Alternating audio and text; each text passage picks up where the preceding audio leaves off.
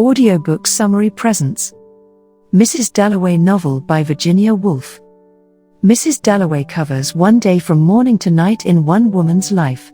Clarissa Dalloway, an upper-class housewife, walks through her London neighbourhood to prepare for the party she will host that evening. When she returns from flower shopping, an old suitor and friend, Peter Walsh, drops by her house unexpectedly. The two have always judged each other harshly, and their meeting in the present intertwines with their thoughts of the past. Years earlier, Clarissa refused Peter's marriage proposal, and Peter has never quite gotten over it. Peter asks Clarissa if she is happy with her husband, Richard, but before she can answer, her daughter, Elizabeth, enters the room. Peter leaves and goes to Regent's Park. He thinks about Clarissa's refusal, which still obsesses him. The point of view then shifts to Septimus, a veteran of World War I who was injured in trench warfare and now suffers from shell shock. Septimus and his Italian wife, Lucrezia, pass time in Regent's Park.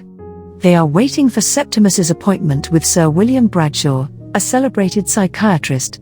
Before the war, Septimus was a budding young poet and lover of Shakespeare. When the war broke out, he enlisted immediately for romantic patriotic reasons.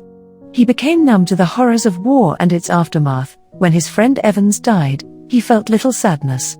Now Septimus sees nothing of worth in the England he fought for, and he has lost the desire to preserve either his society or himself. Suicidal, he believes his lack of feeling is a crime. Clearly Septimus's experiences in the war have permanently scarred him, and he has serious mental problems.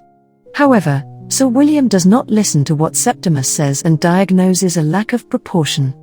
Sir William plans to separate Septimus from Lucrezia and send him to a mental institution in the country. Richard Dalloway eats lunch with Hugh Whitbread and Lady Bruton, members of high society.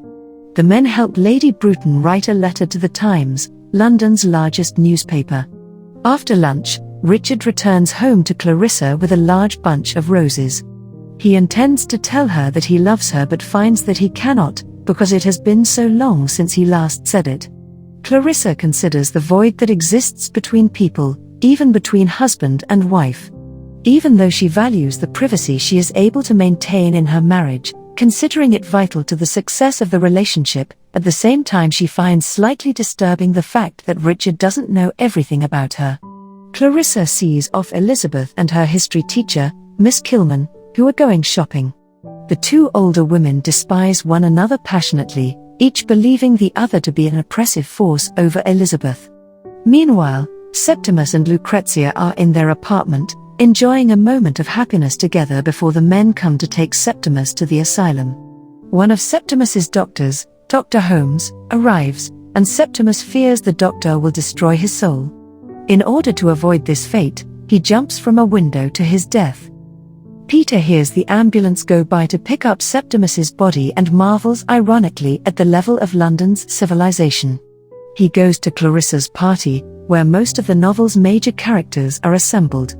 Clarissa works hard to make her party a success but feels dissatisfied by her own role and acutely conscious of Peter's critical eye.